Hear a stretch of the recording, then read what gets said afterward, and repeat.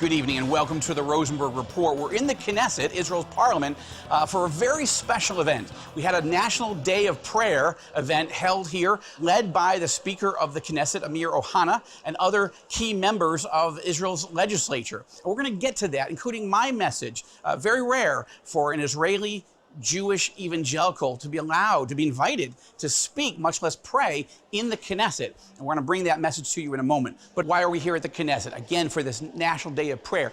But it's not a National Day of Prayer the way American evangelicals think of it. It wasn't called by the Prime Minister, Benjamin Netanyahu. It wasn't called by Israeli President Isaac Herzog.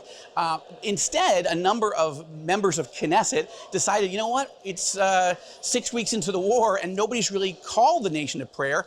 Let's at least have an event with Jews and evangelicals. Let's have it in one of the Parliament committee rooms here in the Knesset building.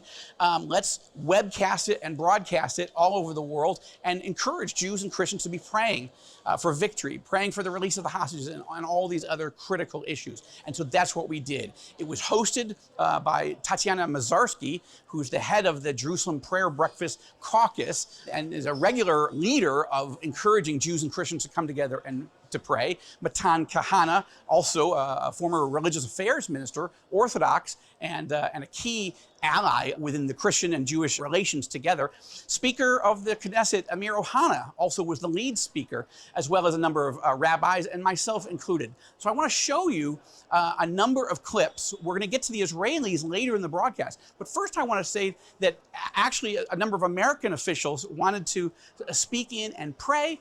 We're going to watch the new Speaker of the House of Representatives of the United States, Mike Johnson, sent a video, as did Senator Ted Cruz and former Secretary of State Mike Pompeo.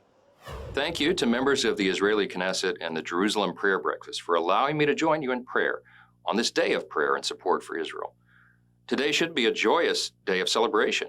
This great anniversary, 76 years ago, of the United Nations adopting the partition of the British Mandate and establishing Israel as a national home for the Jewish people.